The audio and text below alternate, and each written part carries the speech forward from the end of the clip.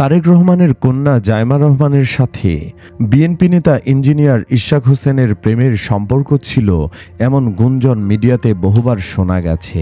তবে এবার সব জল্পনা কল্পনা ভেঙে দিলেন ইশরাক।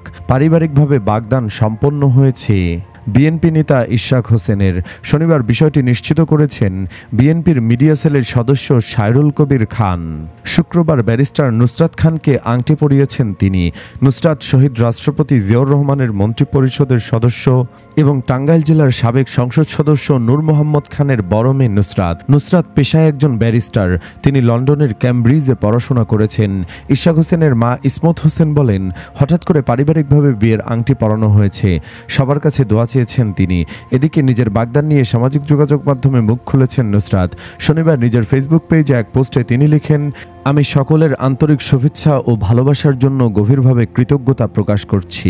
আনন্দের সঙ্গে জানাচ্ছি, গতকাল বারিধারায় আমাদের বাসভবনে এক ছোট্ট পারিবারিক অনুষ্ঠানে আমার সঙ্গে ইশরাক হোসাইনের এনগেজমেন্ট সম্পন্ন হয়েছে।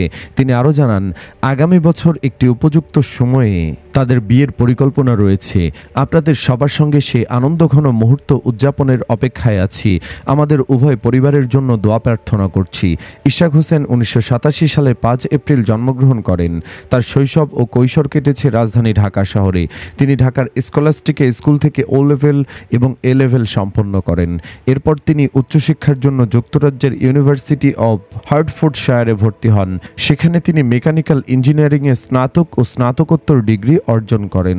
2011 সালে পড়াশোনা শেষ করে তিনি কিছুদিন যুক্তরাজ্যে থেকে বিভিন্ন স্থানীয় মোটরগাড়ি সংস্থায় কাজ করে অভিজ্ঞতা অর্জন করেন।